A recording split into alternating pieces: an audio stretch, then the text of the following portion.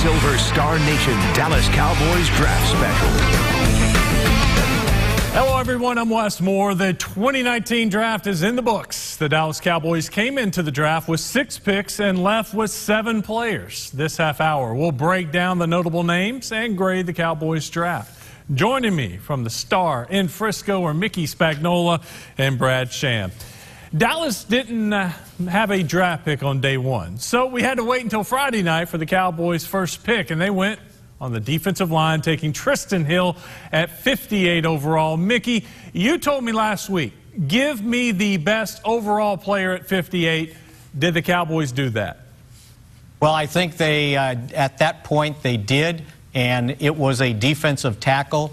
I've been a proponent of them helping their defensive line. I thought that was a bigger priority for them than safety or any other position they could have taken. And I think, as I told you recently, the safety position didn't cause them to give up 273 yards rushing against the Los Angeles Rams in that playoff loss.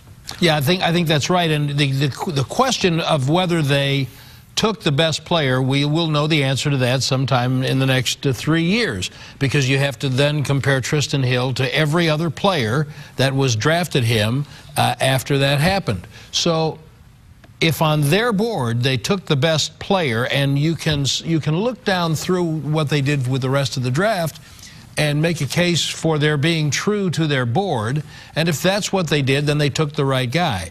I personally agree with Mickey that they had a more dire need for immediate help, not just depth, but help playing in the defensive line than they did at safety. Doesn't mean if the next Ronnie Lott wants to, or Darren Woodson or Cliff Harris wants to walk through the door, that anybody's going to send him away. But I'm with you. I thought they needed that up front more.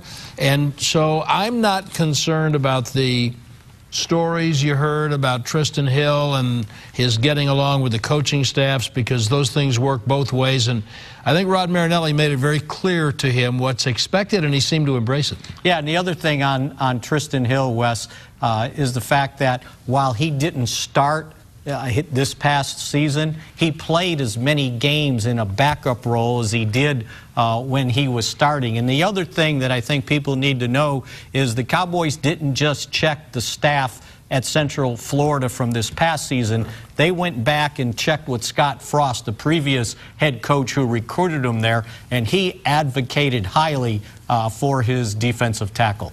Well, football is won in the trenches. In round 3, Dallas stayed in the trenches and went offensive line, taking Connor McGovern from Penn State. Brad, is this a case of you can never have too many offensive linemen? I think it's a case of a couple of things, Wes. One is that you stay true to your board. And when I said a minute ago that there was evidence throughout the draft that they did that, this is an example of that. They say that when they got there, Connor McGovern was by far the best football player they had on their board. And so they had to take him if you're going to be true to the work that you've been doing. But the other thing that I think is really important, and Mick, I think we tried to talk about this a couple of weeks ago before the draft, is you're doing 2 things at once. You're drafting for your 2019 team, and you're drafting for the future. So you have an offensive right tackle whose contract is up, and a guard who was an All-American at tackle, and you know, who knows what's going to happen. You also think Travis Frederick is fine, but you don't know that for sure. And there's a lot of guys, you know, Wes, when you say you never have too many offensive linemen, I would say you never have too many good offensive linemen. And this guy sounds like and looks like he is one of those. Yeah, absolutely, Wes. And, you know, they had a second-round grade on this guy. And as I told you over the weekend, this was kind of the blinking draft where Jason Garrett said when they looked up, they were in the 3rd round. They had really no intention of taking an interior offensive lineman. And they saw Connor McGovern up there, and he said it went blink, blink, blink, like, you got to take this guy. You cannot pass on him. And that gives them, I think, better insurance against Travis Frederick possibly not being ready to play or being able to play at the level he was. Let's jump to day 3. The Cowboys took not 1 but 2 running backs in the draft. Tony Pollard from Memphis came off the board in round 4, and Mike Weber from Ohio State went in round 7. Mickey, what do you think of the new running back room? Well, I think that if they had a big need in this draft, it was at running back, because they really didn't have a guy that they were going to sink their teeth into as the backup running back for Ezekiel Elliott. Now, Pollard's probably not that guy, but he's a guy that, as Jason Garrett continued to say, can play in space. He's that guy, the Lance Dunbar. Stephen Jones dropped the name Alvin Kamara. Now, he wasn't comparing the talent, he was comparing the type of player that you can hand him the ball, you can throw the ball to him. And guess what? If you kick the ball to him, the year before in 2016 or 2017, he averaged 40 yards a kick return and 30 for his career at Memphis. So this is a guy that they can put some use to. And then when they get to the 7th round, it's like, but we still didn't get that every down backup behind Ezekiel Elliott. And Mike Weber, the Big Ten freshman of the year, his freshman year, and also only the 3rd Ohio State running back to rush for at least 1,000 yards as a freshman. He joined Robert Smith and Maurice Clarett, so that gives you an idea of the talent that this kid has. We are just getting started. When we come back, we'll take a look at some more of the Day 3 picks, including a pair of Jacksons from Miami. You are watching the Silver Star Nation Post-Draft Special. If you have a dollar and 2 relatives, have you given any thought to what would happen to your estate if you had to go into a nursing home? You know, if you go on Medicaid, there might not be anything left for your family when you're gone. Call me, Ann Baer, at the Nash Law Firm, and let us talk to you about your estate planning. Every day, thousands of innocent vegetables are consumed across America. But it doesn't have to be like this. For as little as $5 a day, you can help save a veggie. Get 2 delicious Hardee's Original Roast Beef Sandwiches for just $5. Slow-cooked beef, hand-dipped in rich au jus. Not a slice of tomato or leaf of lettuce in sight. Won't you help save the veggies? Hardee's, 'cause it tastes better. Duncan just protected his family with a $500,000 life insurance policy. How much do you think it cost him? $100 a month? $75? $50? Actually, Duncan got his $500,000 for under $28 a month, less than $1 a day. His secret? SelectQuote. In just minutes, a SelectQuote agent will comparison shop nearly a dozen highly rated life insurance companies and give you a choice of your 5 best rates. Duncan's wife, Cassie, got a $750,000 policy for under $22 a month.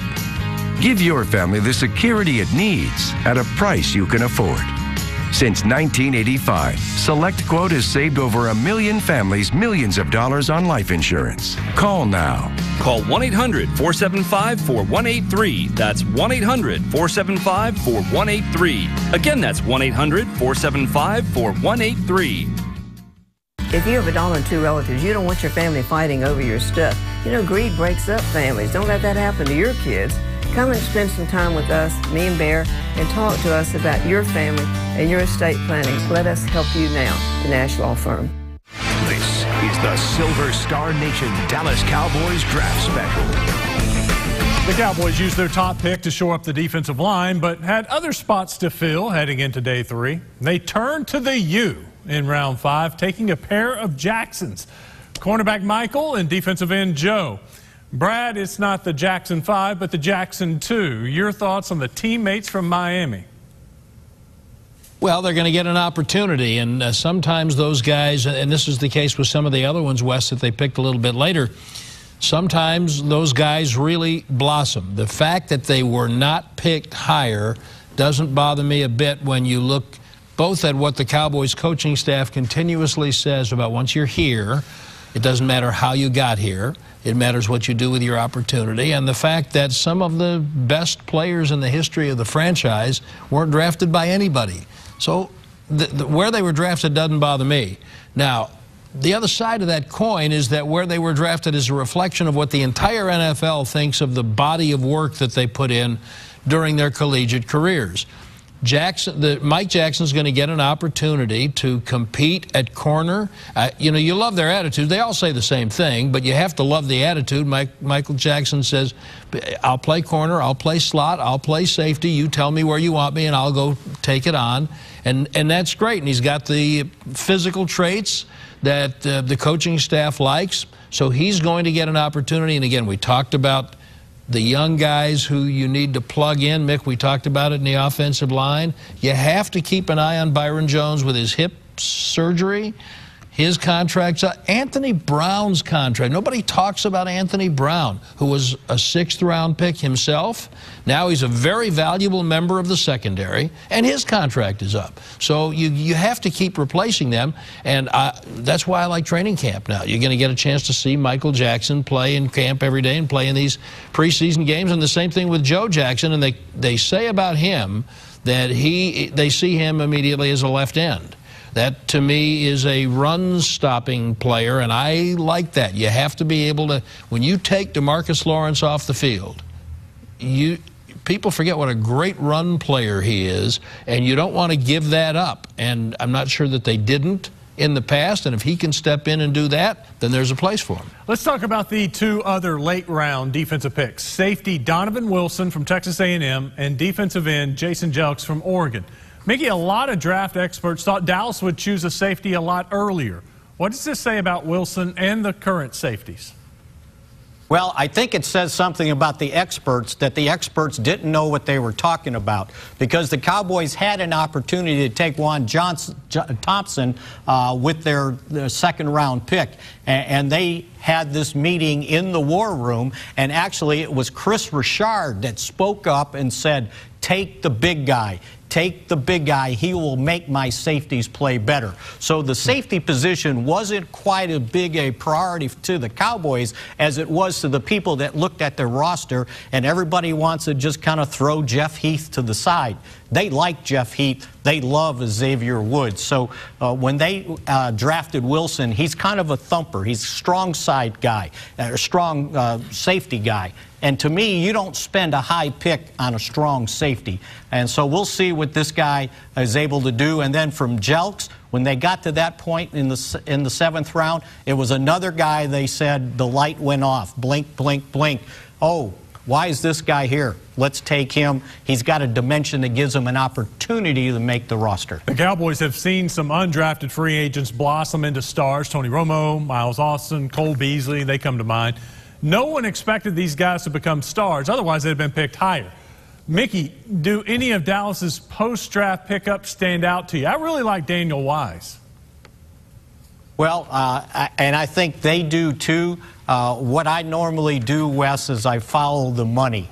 And one guy that they guaranteed some money to was Chris Westry, cornerback from Kentucky. They guaranteed him at least a spot on the practice squad. And the thing about Westry, he's 6'4". It's like, what are you doing playing cornerback at 6'4"? But you know Richard loves those guys. So that guy kind of caught my eye right away, maybe more so for the money than anything else. You know, the other thing is that sometimes these guys who are on the practice squad, they turn out to be something. Mickey and I were talking during the last break. We were talking about the running backs before, and they don't have one. Well, they got a guy named Jordan Chunn, who they kept on the practice squad all last year. Nobody except the people here at the Star have ever heard of Jordan Chunn. But the coaches really like him, and they think he might be. Just remember his name, C-H-U-N-N, and when we get to September, maybe he's the backup running back. So if one of these free agents that they signed is on the practice squad and a year from now is competing for a starting job, then you hit a home run. Now, I'm pulling for Larry Allen Jr. because how can you not? And I think as long as no one expects him to be his father. Okay, he went to Harvard, so he's a smart player. We know his bloodline, and we know that Larry taught him a work ethic. And the head coach was a teammate of Larry Allen Sr., so he probably got a pretty good pipeline under what kind of a kid he's getting. And you never know. I'm pulling for Larry Allen Jr., I'll tell you right now. Well, he was all Ivy League, so that says something. Sure. And they ended up signing 4 offensive tackles, and one of them, Mitch Hyatt from Clemson, He was a 4-year starter and a 2-time All-American. Now, there's obvious a reason he fell through the draft, but at least he's got some traits that you're thinking, maybe I can work with, because to put a roster together, Wes, you can't have a first-round pick at every position, especially on the offensive line. They've got 3 of them there now. Would have been 4 with La'el Collins if he had been in the draft. And so at some point, you've got to develop guys to come up and help you with that salary cap. When we come back, we'll examine where the Cowboys may still be lacking after the draft, and we'll hand out some grades. You're watching the Silver Star Nation Post-Draft Special. Are bill collectors stressing you out with harassing phone calls? Do you feel like you're drowning in debt and running out of options? You're not alone. The experienced bankruptcy attorneys at the Prey Law Firm help people every day just like you. They help people protect their home, cars, and wages from creditors. They can help you regain control over your financial situation. Affordable payment plans are available, including Chapter 13s filed with no money down on attorney fees. Call Prey Law Firm today for a free consultation. Hey guys, I'm Jason Aldean. For over 30 years, Greenway Equipment has been the trusted John Deere dealer for the region. The expert Greenway staff helped me pick out the perfect Big Green tractor for my operation, and they can do the same for you. Greenway has a large inventory of the entire John Deere line. Like the new John Deere 1023E tractor with 0% financing for 60 months and no money down. If you want outstanding service and durable John Deere equipment, get your equipment where I do, from the fine folks at Greenway Equipment.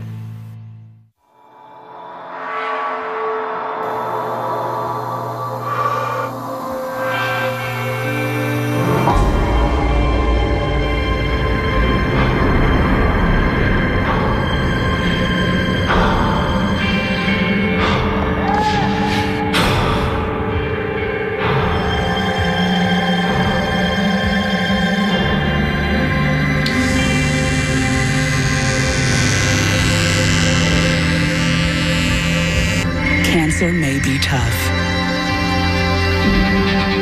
but we are tougher. We are the Leukemia and Lymphoma Society. You may not have heard of us, but our game-changing research has led to the belief that the cures for cancer are in our blood.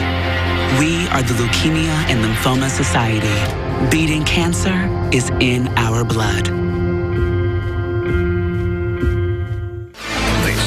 The Silver Star Nation Dallas Cowboys Draft Special. As we've discussed, the Cowboys aren't heading into the 2019 season with any glaring needs, but they address a lot of depth concerns with this year's draft. We're back with Brad and Mickey. Brad, are there any needs you felt like they should have addressed but didn't in the draft? Depends how these kids play. Actually, I don't mean to evade the question, but if Chun or Weber or somebody doesn't step forward as the backup running back and do what Rod Smith did a couple of years ago, then yeah, then they didn't address that. If you know, you'd like to think the kid from A&M steps up and gives them some depth at safety, I'll guarantee you they're going to play 4 preseason games, and we're not going to see a whole lot of Jeff Heath because he's critical to special teams, and we probably won't see a whole heck of a lot of Xavier Woods. So we're going to get a chance to see this young fella play and see, and if he turns out not to be able to play, or if none of these defensive linemen look like they have anything, then they left themselves a little bit short there. They didn't think they did. I don't think they did. And wide receiver, I think, is an interesting area because if Cobb stays healthy, they've replaced Cole Beasley. If he doesn't, then do they have enough? Cedric Wilson was hurt last year as a rookie. Is he going to step in? So, I mean, I really believe the answer to the question depends on how these kids play. And it also depends on injury. Injury can create need. We got to go through this whole offseason and training camp. As Brad likes to say, we go to training camp to see who gets injured, right? So that can create need. And at the running back position, you know, you might have to say, hey, I need to go get a veteran free agent that's still out there because I got a hole. But if you look at, Wes, what they did during free agency, they covered themselves going into this draft, and then I think they continued to cover themselves through the draft. So I don't think there's a glaring need. The only position I can think of that they only got one guy at, it's the fullback position. And you don't have to worry about the fullback position because you could always put a tight end there. So, yeah, I think they're okay going into at least the off-season workouts. Mickey, it's hard to grade the draft for really several years. So instead of like grading the draft, what about the execution for the Cowboys? How did they do? You know, I thought the execution was, in my opinion, because they did what I said they should do. You know? So, therefore, they were right. Right.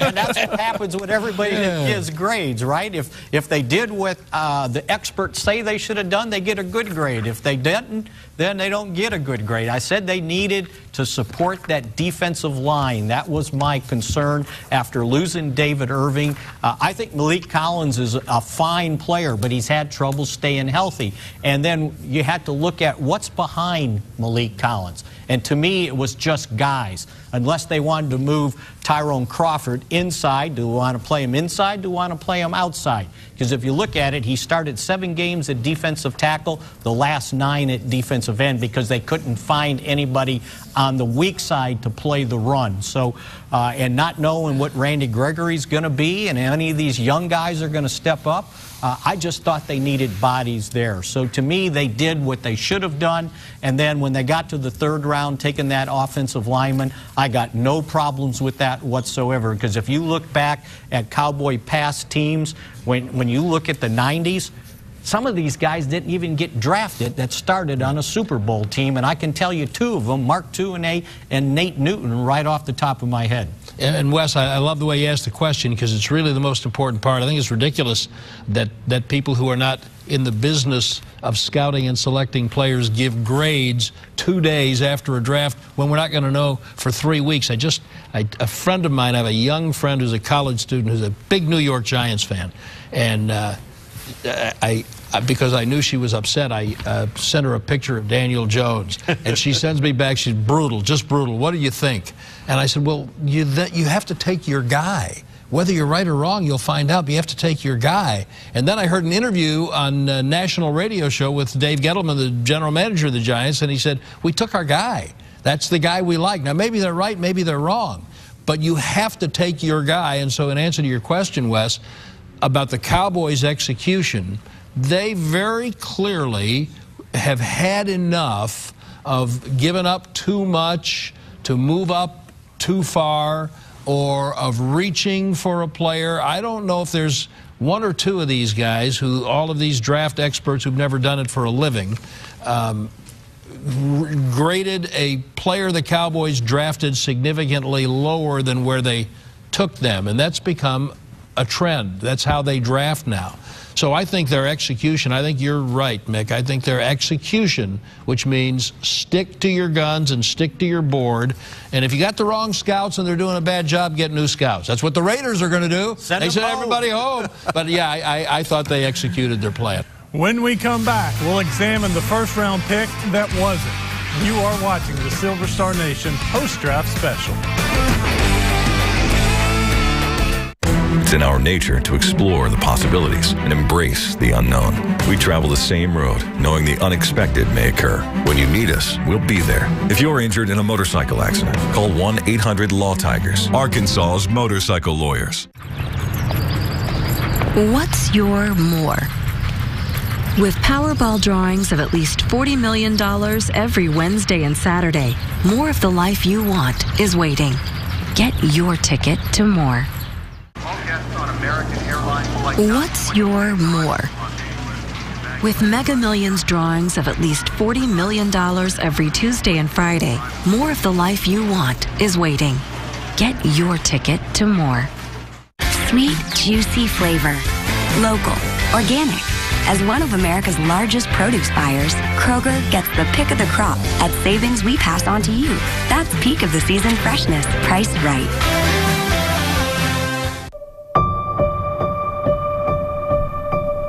My name is Amy Stivers, and my daughter, Danik Marie Adams, was murdered on August the 15th, 2008. I've waited 10 years to find out who that masked gunman is who wanted to shoot my daughter and take her life over at Cadillac. I know I probably will never get that answer why they took Danik's life, but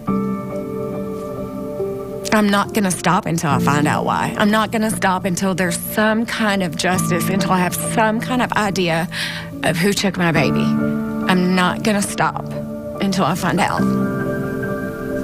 So if it takes me a lifetime, then that's what I'm going to do. I want the world to know what this does to you. Help Arkansas declare victory over violence.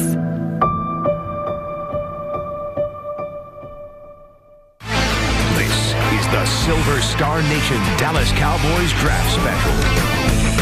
The first-round pick that originally belonged to Dallas went to Oakland. They picked safety Jonathan Abram at 27 overall.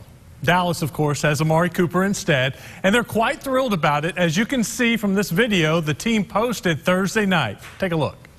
They just haven't thrown the ball, made any big plays in the passing game. You get a chance to get Amari Cooper. One of those receivers would give it to him. Amari Cooper is a obvious pick. With the 27th pick in the 2019 NFL Draft, the Dallas Cowboys select Amari Cooper, wide receiver, Alabama. Great job from the Cowboys staff putting that together. Brad, what did you think of the Cowboys' creativity with this video? And are they still happy having Amari instead of that first-round pick? He was super high marks. That was great. They did a schedule. Every team did a schedule release video, some cute thing, and the Cowboys used Amari Cooper in that, and he was tremendous.